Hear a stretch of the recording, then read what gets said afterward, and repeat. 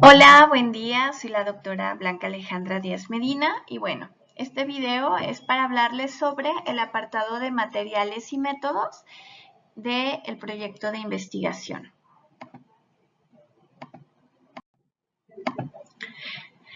¿Qué es este apartado? Bueno, prácticamente es el apartado que nos permite conocer cómo se desarrolló la investigación. Por eso es muy importante para que el lector comprenda cómo se dio todo el proceso de investigación. Se debe redactar clara y ordenadamente en el texto la forma en que se desarrolló esta investigación. A veces nosotros en nuestra mente tenemos muy claro qué hicimos y cómo lo hicimos, pero para el lector puede ser confuso. Entonces aquí ustedes van a exponer, bueno, qué diseño utilizaron, el alcance de su investigación, cuáles fueron las técnicas de recolección de datos, cómo seleccionaron a la muestra, si es que la tuvieron para su estudio, y entre otros aspectos, esto le va a dar fiabilidad a los resultados obtenidos. Debe de haber una congruencia entre el título, objetivo, metodología y resultados. A veces el título habla de una cosa, el objetivo de otra, y bueno, la metodología no tiene nada que ver. Hay que ser muy cuidadosos de que siempre haya congruencia en todo el proyecto. ¿Qué define a qué? ¿Los objetivos al método o el método a los objetivos? Siempre una investigación la vamos a iniciar partiendo de preguntas de investigación que vamos a convertir en objetivos. Entonces, los objetivos primero son los que se definen y a partir de ahí vemos qué método necesitamos para poder responder esos objetivos. Si, por ejemplo, mi objetivo es, yo quiero medir, no sé, el nivel de depresión de los estudiantes de medicina, el nivel de depresión yo lo voy a medir a partir de algún método que me lo permita. Y tal vez voy a utilizar algún psicométrico que me permita medir esos niveles de depresión. Entonces siempre el objetivo va a definir la metodología. Y bueno, ahora sí vamos a lo que nos interesa. ¿Cuál es el contenido de materiales y métodos? O sea, ¿qué es lo que se debe de agregar en este apartado? Bueno, para empezar, aquí debemos de ir paso por paso aclarando qué es lo que hemos hecho o lo que vamos a hacer, según si están elaborando su protocolo o ya lo van a presentar, por ejemplo, para su cartel, qué es lo que hicieron. Hay que definir el diseño. Y aquí ustedes pueden hablar del enfoque que utilizaron, si es un enfoque cuantitativo o cualitativo y qué diseño, ¿no? Si es un diseño transversal o longitudinal, si dentro de lo cualitativo, por ejemplo, hicieron una etnografía, un diseño de narrativas, etcétera, ¿sí? O sea, ¿qué tipo de estudio es el que realizaron? Hay que definir a la población. Ahorita más adelante vamos a detallar cada uno de estos, el lugar de estudio, el tipo de muestreo, tamaño de la muestra, técnica o instrumento de recolección de datos, tipo de análisis y las consideraciones éticas. Si ustedes muestran todos estos puntos, van a dejar en claro qué y cómo lo hicieron. Y va a ser una buena metodología que el lector va a comprender. Empezando con el diseño. Bien, en este esquema podemos ver algunos tipos de diseños de investigación. Para empezar, el diseño de investigación debe de responder a nuestras preguntas de investigación, cumplir con los objetivos de estudio y someter las hipótesis a prueba. Y vamos a ver que hay dos tipos, los no experimentales y los experimentales. Los experimentales son los que sí van a administrar algún estímulo o tratamiento donde puede haber una alteración de mis variables. Aquí vemos una clasificación de tres tipos, los preexperimentos que tienen poco control de lo que está sucediendo, ¿sí? Aquí podemos meter, por ejemplo, lo que llaman experimentos sociales, de que de repente en la calle lanzan algún estímulo, ¿no? Alguna persona empieza a decir algo para ver si los demás responden o qué hacen. Pero ahí no hay control del lugar ni de otras personas que se puedan ver involucradas, por ejemplo. Están los cuasi experimentos, que aquí sí implica grupos intactos, Aquí sí podemos hacer, por ejemplo, alguna comparación, pero también a veces no hay tanto control. Ya los experimentos puros, aquí sí hay una manipulación intencional de las variables independientes, se miden las variables dependientes, hay un mayor control y validez, puede haber 2 o más grupos de comparación y participantes asignados al azar. Para que un experimento realmente sea muy válido, pues tendrá que cumplir con estos criterios. En el caso de los estudios no experimentales vemos que hay 2 tipos. Están los transversales y los longitudinales. Los transversales son los que hacen tal cual un corte. Por ejemplo, las encuestas, los estudios de encuesta, pues son transversales. Obtenemos los datos de ese momento y ya, no le damos seguimiento. Mientras que en el caso de los longitudinales, ahí sí le podemos dar seguimiento, tal vez aplicando una encuesta al inicio, luego otra dándole seguimiento un mes después, otros 2 meses después. Entonces, hay varias aplicaciones al mismo grupo. Las características de los transversales, pues es eso, recolección de datos en un único momento y puede haber estudios exploratorios, descriptivos o correlacionales causales dentro de lo transversal. Mientras que en lo longitudinal el propósito es analizar cambios a través del tiempo y los tipos de diseños pueden ser diseños de tendencia, análisis evolutivo de grupos y diseños de panel. En una misma investigación, según los objetivos, se pueden incluir 2 o más diseños de distintos tipos. Puede ser válido. Pero bueno, a grandes rasgos podemos clasificar así los diseños, aunque después, si profundizamos más, hay otros tipos de diseños ya muy específicos que podemos utilizar. Cuando hablamos de la población y el lugar de estudio, es responder a esta pregunta sobre qué o quiénes se recolectarán datos. Aquí hablamos de los participantes, objetos, sucesos o comunidades de estudio, que serían nuestras unidades de análisis, lo cual depende del planteamiento de la investigación y de los alcances de estudio. Lo primero que tenemos que hacer es definir la unidad de análisis. Si vamos a trabajar con individuos, organizaciones, comunidades, eventos, etc. Y una vez definida esa unidad de análisis, ahora sí vamos a delimitar la población. La población es el conjunto de todos los casos que concuerdan con las especificaciones que nosotros tenemos. Y aquí es cuando entran los criterios de inclusión y de exclusión. ¿Quiénes sí entran aquí como parte de nuestra población y quiénes no? Una deficiencia que se presenta en algunos trabajos de investigación es que no describen lo suficiente las características de la población. Aquí podemos ver un ejemplo donde la pregunta de investigación es, ¿discriminan a las mujeres en los anuncios de la televisión? La unidad de análisis sería mujeres que aparecen en los anuncios de televisión. Aquí un error, bueno, no hay un grupo de comparación.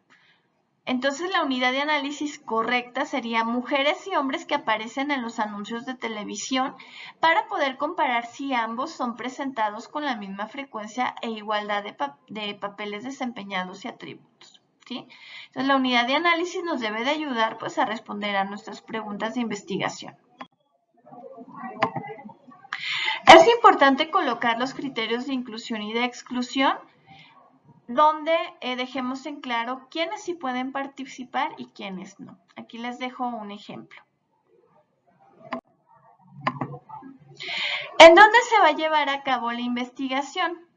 Aquí estamos hablando del lugar de estudio. Ustedes pueden elegir, por ejemplo, una colonia, ¿no? Como podría ser Jardines de Guadalupe, o podemos hablar de una escuela, una institución, según, otra vez repito, nuestras preguntas de investigación. Tipo de muestreo y tamaño de muestra. Bueno, este es un tema que van a profundizar en otro video, pero cuando hablamos de una muestra estamos hablando del subgrupo de una población. A veces no podemos hacer la investigación con toda la población. Por ejemplo, quieren hacer un estudio con estudiantes de medicina y en total son, no sé, 800 estudiantes de medicina. Ustedes pueden tomar una muestra que sea lo suficientemente grande para poder comprender ese fenómeno que quieren estudiar. Quiere decir que el estudio lo realizarían solamente con esa muestra, pensando en que esto puede ayudar, si es un estudio cuantitativo, a comprender lo que sucede en toda la población. Cuando hablamos de estudios cualitativos, las muestras suelen ser muy pequeñas. Pueden ser desde un participante hasta 10, 15, 20 participantes. ¿Por qué? Porque se suele obtener demasiada información de cada participante para poder comprender sus experiencias y significados. No es lo mismo aplicar, por ejemplo, 500 encuestas, donde están las preguntas muy acotadas o preguntas cerradas de opción múltiple, a aplicar 500 entrevistas narrativas donde la gente cuenta su experiencia, que cada entrevista dura unos 40 minutos, 60 minutos. Imagínense, para poder analizar ese mar de datos. Y bueno, sobre las técnicas o instrumentos de recolecta de datos. Tenemos, por ejemplo, la opción de cuestionarios, que este suele ser uno de los instrumentos más utilizados, y pues consiste en un conjunto de preguntas respecto a una o más variables a medir. El contenido de las preguntas es muy variado, así como los aspectos que mide, y pues aquí se guían por los objetivos. Básicamente se consideran que hay dos tipos de preguntas, las cerradas y las abiertas. Las cerradas dan poca opción de respuesta. Por ejemplo, ¿estás de acuerdo con esta situación? ¿Sí o no? Mientras que las abiertas, ¿por qué no estás de acuerdo con la situación? Y ya ahí cuentan su experiencia. Hay otros métodos que se utilizan dentro de lo cuantitativo para poder medir, por ejemplo, actitudes, como es el método de la escala de Likert, el diferencial semántico o la escala de Goodman. Aquí vemos un ejemplo de este tipo de encuestas donde ustedes seleccionan desde el 1 al 5, ¿no? Donde el 1 están muy de acuerdo y el 5 muy en desacuerdo.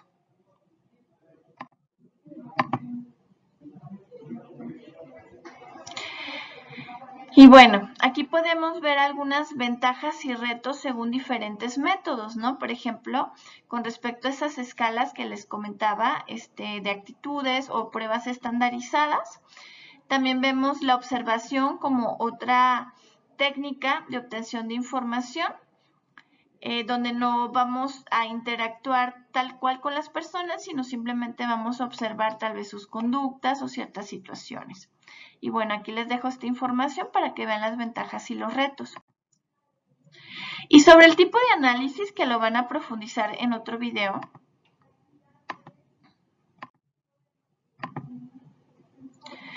Bueno, hay muchos tipos de análisis. Aquí les dejo un esquema muy general. Repito, en otro video lo van a profundizar, donde dentro del análisis cuantitativo de los datos van a ver que puede haber un análisis descriptivo y otro que es más inferencial, que va a utilizar otras pruebas estadísticas. Prácticamente el análisis es el cómo manejamos la información que obtuvimos y a partir de ahí poder hacer una interpretación de los datos y tener nuestros resultados. En lo cualitativo hay diferentes tipos de análisis. Uno de los más utilizados es el análisis de contenido temático, donde a partir de las narraciones de las personas vemos cuáles son los principales temas que ellos mencionan para poder comprender su experiencia. Y sobre las consideraciones éticas. Bueno, esto es muy importante, buscar cumplir las normas éticas de la investigación, que puede ser que nuestro protocolo de investigación primero sea evaluado por un comité de ética y de bioética para que vean que realmente cumplimos con lo mínimo necesario y no vayamos a afectar a los participantes de alguna manera, ¿sí? Para eso, bueno, son expertos que pueden ayudarnos a ver si nuestro instrumento no es agresivo, si hay una selección adecuada de la muestra, entre otros. También es importante el consentimiento informado, o sea, solicitar a las personas que voluntariamente participen en el estudio y sepan de qué trata el estudio, cuáles son los alcances, limitaciones y de que no va a haber algo que los vaya a dañar. Cuidar el tratamiento de la información, o sea, todas las grabaciones, encuestas, todos los datos que yo recolecte en mi investigación, que después no vayan a caer a manos de otras personas, que no se haga público, que se cuide realmente el anonimato de las personas. entre otros detalles que permite identificar el cuidado con el que se ha tratado a la muestra. Y últimas recomendaciones. En el protocolo siempre hay que redactar a futuro la metodología. Describir a detalle todo lo que se quiera hacer. Recuerden, el protocolo es mi plan de trabajo, pero todavía no lo ejecuto. ¿Sí? Es un plan de acción donde se describen todos los pasos que deben de seguirse para la realización de un estudio científico. Y ya en el cartel que van a presentar en el foro, por ejemplo, en un foro, en un congreso, hay que redactar en pasado. Solo se menciona lo que se hizo, no lo que hubieran querido hacer. A veces hay cambios del protocolo allá lo que se ejecutó, entonces aquí es lo que se hizo. Ser lo más conciso posible y realmente mencionar por lo menos todos los apartados que les mencioné en este video: diseño, población, lugar de estudio, tipo de muestreo, técnicas de recolección de datos, etcétera, para dejar en claro lo que sí se hizo. Y bueno, pues muchas gracias por su atención. Cualquier duda quedo a la orden. Hasta luego.